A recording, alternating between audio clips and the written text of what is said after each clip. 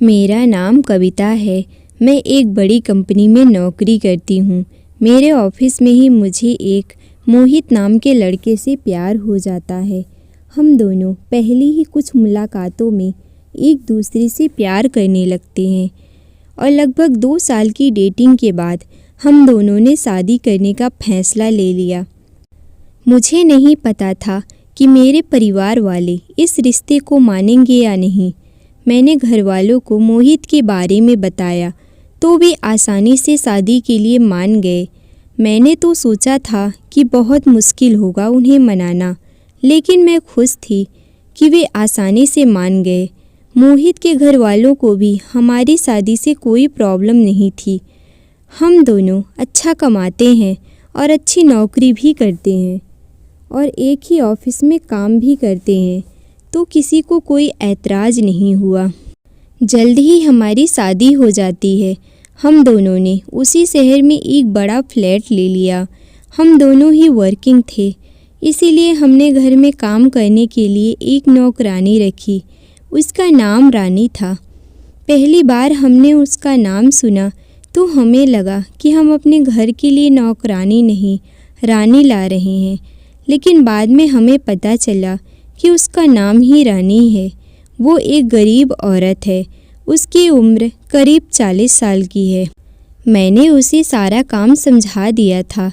मैंने उसे यह भी कहा था कि अगर वो यहाँ रहना भी चाहे तो रह सकती है, लेकिन उसने कहा कि नहीं, उसका घर पास ही है, वो वहीं जाएगी और सुबह जल्दी ही वापस आ जाएगी। रानी घर का सारा काम अच्छे से करती, अच्छी तरह से खाना बनाती और साफ़ सफाई भी करती थी। लेकिन उसके आने के बाद से ही मेरी लाइफ में कुछ भी अच्छा नहीं हो रहा था। शादी के कुछ दिन बाद से ही मेरे और मोहित के बीच झगड़े होना शुरू हो गए। हर छोटी छोटी बात पर हमारी लड़ाई होने लगी। शुरुआत में तो झगड़ा छोटा हुआ करता था, जो थोड़ी सी बात से शुरू होकर ख़त्म हो जाता था, लेकिन फिर कभी कभी झगड़ा इतना हो जाता कि कई दिनों तक हमारे बीच बात भी नहीं होती थी। ऑफिस की बातें भी झगड़े का एक मुख्य कारण रहती थी। हम दोनों को ही लगने लगा कि हमने एक दूसरे से शादी करके गलती कर दी। ऑफिस की एक मीटिंग के दौरान हम दोनों ने बॉस के सामने जो बात रखी, उसमें मोहित की बात बॉस को ज़्यादा पसंद आई। इस बात पर मुझे बहुत गुस्सा आया और वो बात हमेशा की तरह इस बार भी हमारे घर तक पहुंची। मैंने इस बात को लेकर मोहित को बहुत कुछ सुनाया और साथ ही मैंने नौकरी छोड़ने और तलाक की बात तक कह दी। रानी हमारे सारे झगड़ों को सुना करती थी, लेकिन वो हमें कुछ भी नहीं कहती थी। बस वह अपने काम में लगी रहती थी। जब खाना बन जाता था तो वो हम दोनों को खाना खाने के लिए कहती। ज़्यादातर हम लोग अलग अलग बैठकर ही खाना खाते थे। मैं अगले दिन ऑफिस नहीं गई। दोपहर तक अपने कमरे के अंदर ही बंद रही। रानी ने मेरे कमरे का दरवाज़ा भी नहीं खटखटाया। उसे अच्छी तरह से पता था कि अभी मैं कुछ भी सुनना नहीं चाहती। दोपहर के बाद मैं कमरे का दरवाज़ा खोलकर बाहर आई। रानी किचन साफ करके अपने घर जा रही थी। उसके हाथ में एक छोटा सा झोला था। मैंने बाहर आते ही रानी को चाय बनाने के लिए कहा। रानी बिना कुछ बोले चाय बनाने लग जाती है। मेरा मूड बिल्कुल भी ठीक नहीं था। मैं किचन में रानी के पास गई। रानी मुझे खाने के लिए पूछती है। मैंने गुस्से से कहा, अभी कुछ नहीं, अभी सिर्फ चाय दो। फिर मैं रानी की ओर देखकर उससे पूछा, तुमने खाना खाया? रानी बोली, नहीं मैडम, मैंने खाना ले लिया है, घर जाकर खाऊंगी। वो थोड़ी देर रुककर फिर कहती है, मैडम सिर्फ अपने लिए ही ले जाती हूँ, ज़्यादा खाना नहीं ले जाती, आप देख सकती हैं। इतना कहकर रानी अपना झोला खोलकर दिखाने लगती है। मैंने रानी को कहा, अरे इसकी कोई ज़रूरत नहीं है। ठीक है। रानी फिर मुझे चाय देती है। मैंने रानी की ओर देखा तो वो बहुत डरी और घबराई हुई थी। मैंने रानी से पूछा, क्या हुआ रानी, तुम इतना डरी हुई क्यों हो? वो शांत रही। फिर मैंने उससे पूछा, अच्छा रानी, तुम कहाँ रहती हो? तो वो बोली, मैडम यहीं थोड़ी दूरी पर ही मेरा घर है। मैंने फिर पूछा, तुम्हारे पति क्या करते हैं? वो बोली, कुछ नहीं करते मैडम, वो अभी कुछ कर भी नहीं सकते। रानी थोड़ा रुकती है और फिर कहती है, उनको लकवा आया है, उनका बायां शरीर काम नहीं करता, ठीक से बोल भी नहीं पाते। इतना कहकर वह रोने लगी। मैंने उसे शांत कराते हुए कहा, अरे तुमने कभी बताया नहीं, फिर घर दवाई यह सब तुम ही संभालती हो?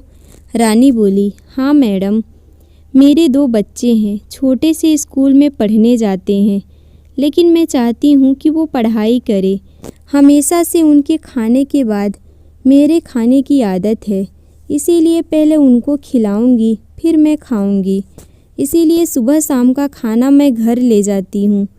रानी की बातें सुनकर मैं हैरान रह गई। मुझे पता ही नहीं था कि रानी इतनी साहसी है, और कभी भी उसने अपने चेहरे या काम से यह लगने नहीं दिया कि वो इतनी मुश्किल परिस्थिति में जी रही है। रानी फिर मुझसे कहती है, मैडम मैं आपसे कुछ कहना चाहती हूँ, आप बुरा न मानो तो। मैंने तुरंत ही जवाब दिया, हाँ कहो ना प्लीज़।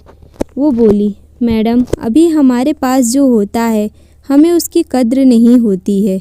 समय कैसे बदल जाता है पता भी नहीं चलता। अभी मैं सिर्फ चाहती हूँ कि मेरे पति ठीक हो जाएं। मुझे इस तरह मेहनत करके काम करने से कोई परेशानी नहीं है, लेकिन अभी सिर्फ मेरी एक ही इच्छा है कि बस वो ठीक हो जाएं, मुझसे फिर वैसे ही बात करें, वैसे ही अपने पैरों पर ठीक से चल सकें, बच्चों को गले लगा सकें। बाकी मुझे कुछ भी नहीं चाहिए।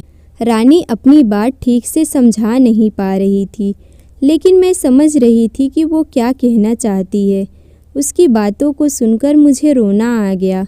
मैंने रानी का हाथ पकड़ा और कहा, कभी भी तुम्हें लगे कि कुछ ज़रूरत है तो बेझिझक मुझसे बोलना। रानी ने हाँ में सर हिलाया। कभी कभी कुछ बातें जो बड़े बड़े लोग हमें नहीं सिखा सकते, वो ज़िंदगी सिखा देती है। मेरी आंखों पर लगा पर्दा जैसे हट गया। मुझे समझ आया कि मेरे पास भगवान का दिया बहुत कुछ है, फिर भी मैं खुश नहीं हूँ, और उसके पास कुछ भी नहीं है, फिर भी वो खुशी से काम कर रही है। पल भर में ही जैसे मेरी सारी नाराज़गी, गुस्सा ना जाने कहाँ चला गया। मैंने सोच लिया कि अब मैं अपनी ज़िंदगी की सारी प्रॉब्लम्स को भूलकर खुश रहूँगी। जिस पति का मैं मुँह भी नहीं देखना चाहती थी, अब उसके आने का इंतज़ार करने लगी। शाम जैसे तैसे आई। दरवाजे पर जैसे ही बेल बजी, मैं दौड़ कर गई और दरवाज़ा खोला। सामने मोहित को देखकर रोते हुए उसके गले लग गई और सॉरी बोला। मोहित को कुछ समझ में नहीं आया, लेकिन उसने भी मुझे सॉरी बोला। हमने एक दूसरे को माफ़ कर दिया और खुशी खुशी एक दूसरे के साथ ज़िंदगी बिताने लगे। कभी कभी हमारी ज़िंदगी की प्रॉब्लम की वजह हम खुद ही होते हैं, और हमें यह बात खुद समझ में भी नहीं आती। जो बातें हमें बड़े से बड़े लोग भी नहीं सिखा पाते, वो हमारे घरों में काम करने वाले नौकर हमें सिखा जाते हैं। तो आपको यह कहानी कैसी लगी कमेंट में ज़रूर बताइएगा। ऐसी ही नई कहानियों के लिए आप हमारे चैनल को सब्सक्राइब कर सकते हैं। मिलते हैं आपसे अगली वीडियो में, तब तक के लिए धन्यवाद।